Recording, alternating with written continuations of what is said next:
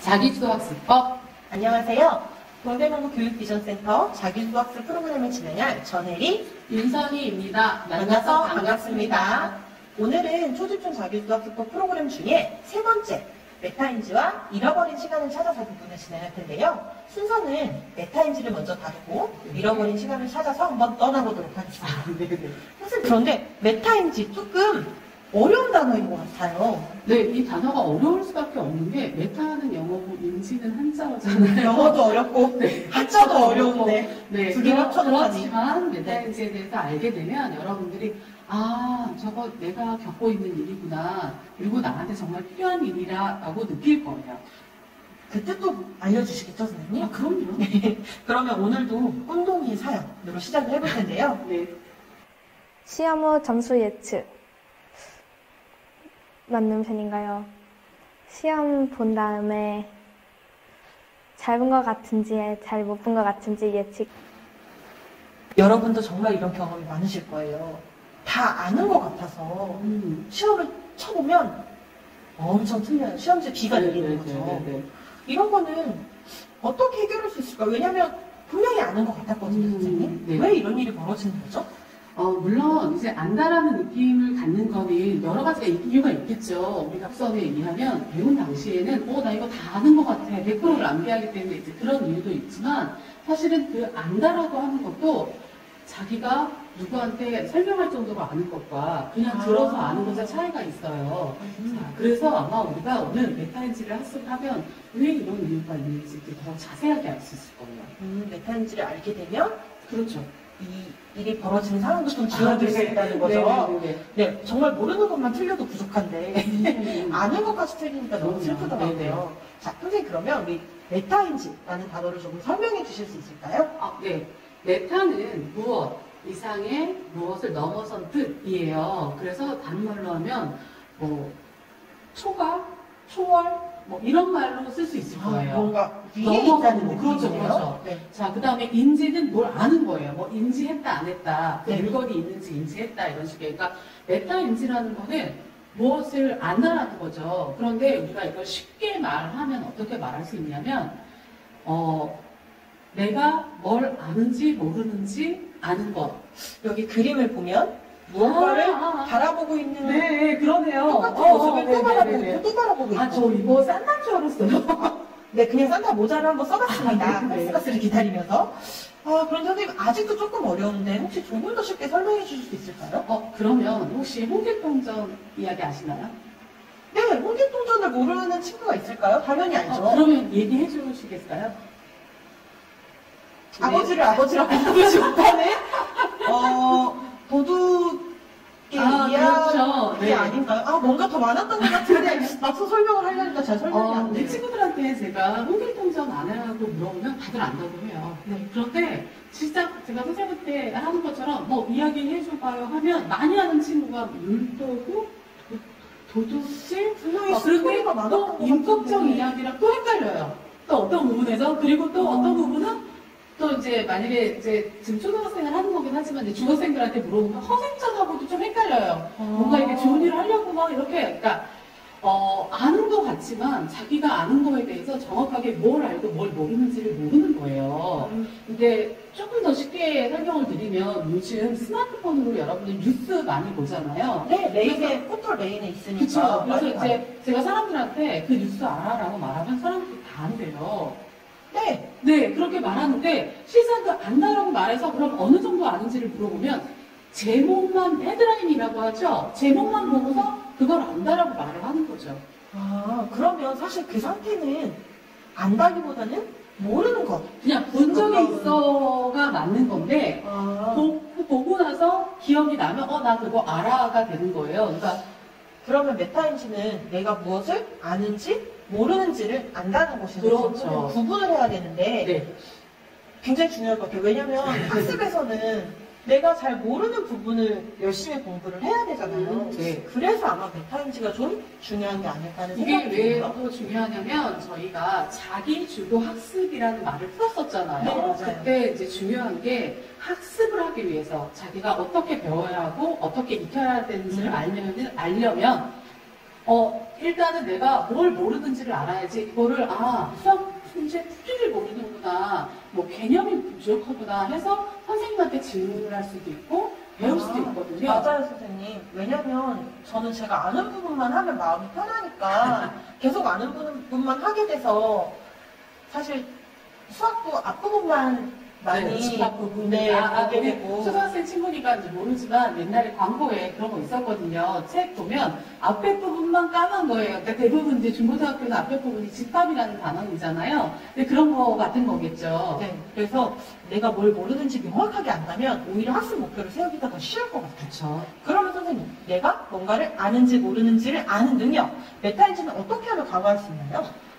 메타인지를 강화하는 방법은 물론 뭐 다양하겠지만 저희가 뭐 다양한 거 다 배울 수는 없고 우리 친구들이 가장 쉽게 할 수 있는 방법 3가지를 얘기할까 해요. 백지학습법, 약한 부분 찾기, 선생님 놀이로 정리할 수 있을 거예요. 그러면 하나씩 살펴볼까요? 네. 첫 번째, 백지학습법인데요. 이건 뭔가 백지, 그러니까 아무것도 없는 종이에 내용을 써봐라 라는 것 같아요. 네. 자기가 아는지 모르는지를 아는 방법은 일단 내가 지금 얼마큼 기억을 하고 모르는 부분이 뭔지를 찾아야 돼요. 그런데 우리는 책을 보면 다 아는 것 같아요. 맞아요. 왜냐하면 다 들어봤기 때문에. 네.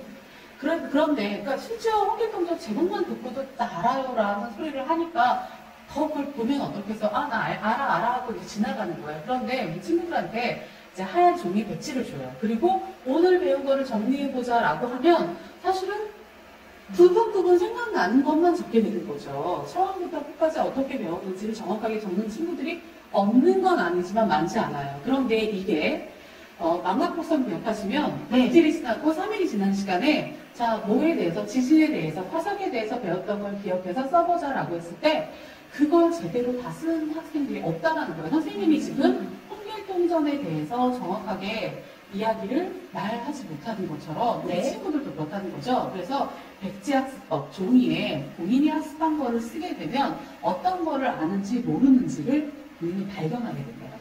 그러면 공부할 곳이 명확해지겠네요. 그쵸? 네. 메타인지를 강화할 수 있는 두 번째 방법. 약한 부분 찾기라고 써있는데요. 네네. 제가 이 부분은 먼저 설명을 해볼게요. 선생님. 네네네. 네. 이 약한 부분 찾기라는 거는 최수령의 법칙이라는 어떤 또 학자님이 연구해놓은 법칙에서 유래했다고 하는데요. 독일의 한 식물학자가 식물을 잘 성장시킬 수 있는 방법을 연구하다 보니까 이 식물에게 가장 부족한 영양소를 채워줬을 때 식물이 잘 성장하더라는 경험을 하게 된 거예요. 그래서 이 부분을 학습적으로 가져왔을 때는 우리가 잘하는 과목도 있고 어려워하는 내가 약한 과목도 있는데 성적을 올리고 학습의 효율을 올리려면 내가 약한 그 과목을 바로 찾아서 할 때 성적이 오르고 공부가 더 잘 된다는 이야기더라고요. 그래서 약한 과목은 사실 어떤 과목인지 저는 알 수 있을 것 같아요. 그리고 오답노트를 통해서 틀린 부분도 많이 좀 모아놨는데요. 그런데 이 부분을 왜 틀렸는지 아니면 이 유형을 계속 틀리는 이유가 뭔지 사실 거기까지는 우리 초등학생 친구들이 혼자 하긴 좀 어려울 것 같거든요. 근데 그 부분은 사실은 중고등학교에 가도 실험 부분은 아니에요. 왜냐면 본인이 이걸 왜 틀렸는지, 왜 자꾸 이걸 틀리는지를 찾는 거는 사실은 본인보다는 이거에 대해서 더 많이 하는 사람이 한눈에 볼 수 있어야 되거든요. 예를 들어서 뭐 우리는 전기에 만약에 무슨 문제가 있었다 그러면 사실은 우리는 전기가 왜 나갔지? 뭐라 그럴까? 꺼석일까? 이런 단순한 것만 생각하지만 기술자라고 부르는 분들이 오신다면 이거는 뭐 어디가 잘못됐고요, 뭐 두꺼비 TV가 합성이 됐고요, 뭐 이런 전문적인 하겠죠. 그것처럼 사실은 약한 부분에 대해서 멘토의 도움이 필요해요. 예를 들면 국어로 얘기를 한다면 문제를 푼 걸 보니까 너는 지금 시 부분에서 시의 정서에 대해서 이해하지 못하는 것 같아. 아니면 소설에서 소설의 발단 단계에 대한 이해가 빈약한 것 같아. 이런 진단을 내려주게 되겠죠. 그러면 나보다 당연히 이제 이 내용들을 다 알고 계신 선생님이면 가장 좋을 것 같고 그렇죠. 그리고 내가 공부하는 이 과정을 좀 앞서 지나가본 선배? 네. 누나나 형도 멘토가 됐을 텐데. 그러나 정확하게 진단을 하려면 저는 학교 선생님들한테 여쭤보는 거 굉장히 강추합니다. 왜냐면 정말 제일 좋은 선생님인데 우리 맞아요. 친구들이 선생님들한테 여쭤보는 거를 되게 어려워하더라고요. 자, 파이팅! 가장 가까이 있기도 하고 편하게 물어볼 수 네, 있는 네. 상대는 바로 선생님. 선생님을 내 멘토로 삼는 거죠. 자, 세 번째 방법은요. 이거는 이미 우리가 짠한 것 같아요. 그거 많이 하는데. 네, 선생님 놀이. 네, 맞습니다. 선생님 해보셨나요? 놀이죠. 네, 네. 선생님 놀이는 내가 공부한 내용을 한번 다른 사람에게 설명을 해줘 보는 거예요. 여기 사진을 보면 무려 칠판까지 사용하면서 설명을 하고 있는데요. 이거는 내가 아는지 모르는지 설명하다 말이 막히면 모르는 거겠죠. 그렇죠. 그리고 또 우리 암기법 있을 때 소리 내기 방법을 이용하면 더 기억이 잘 된다고 했잖아요. 그 부분에도 좀 도움이 될 것 같아요. 네, 그렇지만 그 부분보다 더 네. 중요한 게 뭐냐면 네. 누군가를 가르치기 위해서는 이걸 어떻게 설명할까를 되게 고민하게 돼요. 우리는. 아, 네. 그래서 저는 선생님 놀이를 할 때는 동생한테 가르쳐주는 기분으로 해보라고 해요. 아, 정말 이 모르는 내용을 사람. 잘 모르는 사람. 그렇죠. 그렇게 될 때는 개념 원리, 그러니까 어떤 단어의 뜻부터 시작을 해서 차근차근 학습을 해줘야 되거든요. 그래서 선생님 놀이, 그래서 저는 사실 선생님 놀이를 누구 앞에서 꼭 하지 않더라도 누군가가 있다라고 생각하는 상태에서 하면 좋고, 그리고 공부할 때 좀 이해 안 되는 거 있잖아요. 그럴 때는 저는 어떻게 말하냐면요. 선생님들이 공부하실 때 이런 거 있잖아요. 야, 이 부분은 일단 지나가. 이 부분 네, 이해 네. 못했어도 지나가면 다음 부분 읽으면서 이해할 수 있어. 네. 자, 믿어봐. 이렇게 하면서 지나가신단 말이에요. 왜냐하면 어떤 글의 특성에 따라서 처음 부분이 되게 어려운 글들도 있고, 이제 뭐 수학 문제도 마찬가지예요. 수학도 사실은 단계가 있는데 갑자기 어려운 단계부터 풀기 시작하면 너무 어렵잖아요. 그럴 때는 본인이 본인에게 선생님이 돼서 말하듯이 육체 이탈이라고 해야 되나요? 이런 식으로 화법을 좀 해도 괜찮고요. 어쨌든 선생님 놀이는 남에게 설명을 하게 되면서 본인이 부족한 부분을 느끼고 그 부분을 보충하게 되는 효과가 있어요. 그러면 저는 제가 좋아하는 캐릭터 인형을 의자에 앉혀놓고 그 좋은데요? 인형에게 설명을 하면서 선생님 놀이를 한번 해보고 싶습니다. 네. 이렇게 메타인지가 내가 아는 것과 모르는 것을 찾기 위해서, 왜냐면 모르는 것만 쏙쏙 공부할 수 있으면 엄청 효율적일 테니까요. 그래서 해야 될 방법이 3개나 우리가 배웠는데 네. 그런데 이걸 다 하기엔 선생님 제가 시간이 없는 것 같아요. 시간이 없다는 소리는 정말 많이 하더라고요. 네, 그래서 바쁘다고. 한번 두 번째. 네. 그 잃어버린 시간은 어디에 가 있을까요? 잃어버린 시간 찾아서 한번 진행을 해보도록 하겠습니다. 네. 뭔가 인생 80년 소비 시간? 이 표는 뭔가요? 이거 저는 사실 이 표 처음 해봤을 때 너무 재밌었는데 재밌는 걸 떠나서 약간 좀 뭐 생각을 되게 많이 하게 돼서 복잡했어요. 이제 여러분들 보시면 네. 그 인생을 80년이라고 보는 거예요. 왜냐하면 이제 수학적인 수 계산을 해야 되니까 80살까지 산다라고 봤을 때 일하는 시간이 26년이라고 해요. 그래서 이제 4분의 1을 넘는 거죠. 거죠. 그렇죠. 그 다음에 잠자는 시간이 25년. 네, 일하는 만큼 자는군요. 그렇죠. 우리는 또 자야지. 신체가 다시. 자, TV 보는 시간 10년이에요. 나는 잠깐 봤다고 생각한 시간이 모여서 10년이 되는 거죠. 화장실 가는 시간 보셨죠? 3년. 굉장히 네. 잠깐 하는 일들. 화장실 네, 네, 가고 맞아요. 밥 먹고 TV 보는 거였는데 이렇게 모으니까 굉장히 엄청나죠. 큰 네. 시간이 되네요. 그래서 시간을 조금 쓸 때 조금 더 의미 있게 관리를 잘 해야겠다는 생각이 네. 이걸 보니까 생각이 맞아요, 잘 드는 맞아요. 것 같아요. 그러려고 보여드린 겁니다. 근데 시간을 그러면 어떻게 하면 잘 쓸 수 있을까? 사실 시간이 지금부터 지금까지는 뭘 해라고 저에게 알려주는 게 아니고 제가 다른 일을 하고 있어도 시간은 막 흐르잖아요. 네. 그러면 우리가 어떻게 하면 시간을 좀 구분하거나 쓸 수 있을까요? 네. 사실은 우리가 시간을 눈에 보이는 거로 한다 그러면, 예를 들어 돈처럼 된다 그러면 굉장히 아꼈을 거예요, 사람들이. 그게 맞아요. 이제 보이지가 않는 거죠. 네. 그래서 시간을 좀 시각화해 보려고 합니다. 시간을 우리가 전체 시간, 또 정해진 시간, 그 다음에 남는 시간을 자유시간이라고 표현을 해봤어요. 시간에 네. 이름을 붙여주시는 거예요? 그렇죠. 왜냐면, 우리가 용돈을 쓸 때도 그냥 돈을 뭐 10,000원에 그냥 있을 때마다 쓰면은, 이 돈 다 어디 갔지? 이런, 맞아요. 게 되는데, 뭐 2,000원은 떡볶이 사 먹을 돈, 1,000원은 아이스크림 사 먹을 돈. 자, 사실 눈에 1,000원 이렇게 나눠놓진 않았어도 머릿속으로 구별을 해서 정리를 해놓으면은 돈을 나눠서 쓰게 되거든요. 맞아요. 그리고 실제로 제가 용돈 관리 방법을 들어보면 봉투에 나눠서 실제로 보관을 맞아요, 하라고 맞아요, 하더라고요. 맞아요. 네, 좋습니다. 그래서 이제 시간을 이렇게 나눠봤어요. 그러면 한번 네. 흥동이의 24시간을 이 네. 이름에 맞춰서 한번 제가 조금 정리를 해봤는데요. 네. 정해진 시간은 이미 정해져 있는 일들. 네. 선생님 따로 계획할 필요가 없는 그렇죠. 일들이잖아요. 꼭 해야 되는 일들, 막 그리고 학교를 가거나 이런 일들. 전체 시간 24시간 중에서 꼭 해야 되는 일들을 하는 시간을 빼면 이제 자유롭게 네, 쓸 수 네, 있는 맞아요. 시간이라고 이제 저희가 이야기를 한 건데 전체 시간이 24시간인데 네. 사실 잠자는 시간, 밥 먹는 시간, 학교 수업 시간, 학원 수업 시간 그리고 이렇게 왔다 갔다 하는 시간까지 더하면 한 18시간 정도가 어떻게 제가 싫다고 해서 어쩔 수 없는 그렇죠. 예, 꼭 해야만 하는 시간이더라고요. 시간이 2시간이나 되네요. 생기를 여유 있게 생기를 잡으신 것 같아요. 네, 그래서 전체 하루가 24시간에서 이 정해진 시간, 네. 운동이가 마음대로 할 수 없는 이 18시간을 빼니까 7시간이 자유시간으로 남았어요.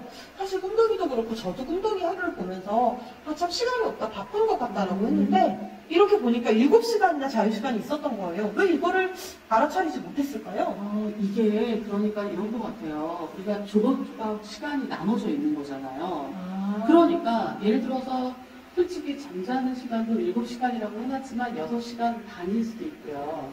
네, 그러니까 조금 남는 시간들이 흐트러져 있으니까 우리가 그냥 밥 먹는 시간도 사실 2시간씩 아니잖아요. 우리 뭐 친구들은 사실은 여유 있게 밥을 꼭꼭 씹어 먹고 그렇게 해도 30분이면은 그러면 1시간 반 정도겠네요. 그렇죠. 그러니까 이렇게 되면 또 30분이 남는 거예요. 네. 그러니까 이렇게 시간들이 짜투리짜투리가 되기 때문에 사실은 그걸 다 끌어모으면 7시간보다 더 많은 시간이 자유시간으로 있지 않을까. 뭔가 500원짜리를 주어서 2만 원 정도 되는 돈을 만들 것 같은 굉장히 비유도 적절하지만 또 되게 와닿는 비유인데요. 네, 기분이에요. 이 티끌모아 태산이라는 게 돈에만 해당되는 비유가 아니었네요. 네, 좋습니다. 그러면 선생님, 네. 이렇게 자유시간 7시간이나 찾았는데 조각조각에 나 있던 시간을 그럼 잘 활용해야 우리가 시간을 잘 활용할 네, 수 맞아요. 있다는 이야기잖아요. 그래서 저는 이걸 통학시간 활용법이라고 붙이고 싶어요. 네. 어떤 일을 기다리거나 준비하면서 보내는 시간. 네. 예를 들면 아까 선생님께서 말씀하셨다시피 잠을 자고 일어났을 때 학교에 등교하기에 나서기 전에 남는 15분, 그쵸. 20분. 저는 사실은 책에 항상, 가방에 책을 넣고 다녀요. 마음이 급했나 봅니다. 가방에 책을 넣고 다니는데, 사실은 바쁠 때는 한 페이지도 못 읽을 때도 있긴 하지만, 뭐 병원에 간다든지, 어디서 잠깐 누구를 기다릴 때, 읽게 되면 집중력도 높아지고요. 한 페이지, 두 페이지를 읽으면, 만약에 3일 동안 그렇게 했다는 것은 3장을 읽는 거잖아요. 네. 네, 그래서 저는 이런 통학 시간을 어떻게 활용하는지가, 잃어버린 시간을 찾는 법이 아닐까라는 생각을 해봅니다. 그러면 우리 친구들이 지금 들으면서 어렴풋이 나도 이 시간은 정해져 있는 시간이고 자유시간이 어느쯤 될까 이렇게 조금씩 살펴 떠오르실 텐데요. 네. 이렇게 머릿속으로만 생각하는 것보다 우리가 직접 표에다가 네. 표시를 한번 해보면 더 명확하게 자유시간을 찾을 수가 있어요. 이 활동지를 아마 여러분들이 모두 받으셨을 텐데요. 이 활동지를 어떻게 활용을 할 수 있는지 제가 지금부터 소개를 드리겠습니다. 지금 보면 여러분의 일주일이 다 들어있어요. 월, 화, 수, 목, 금, 토, 일로 나누어져 있고 1시간 그 사이가 또 두 칸, 30분 단위로 칸이 나누어져 있습니다. 네. 그래서 이거는 뭘 하는지 적으시는 게 아니고요. 일단 내가 마음대로 할 수 없는 정해진 시간은 빗금을 쳐서 지워보는 거예요. 그렇죠. 어차피 내가 쓸 수 없는 시간이니까. 네. 그 다음에 빗금을 쳐서 지우고 나면 아무 빗금도 쳐지지 않은 시간이 바로 여러분이 가진 자유시간이 되는 겁니다.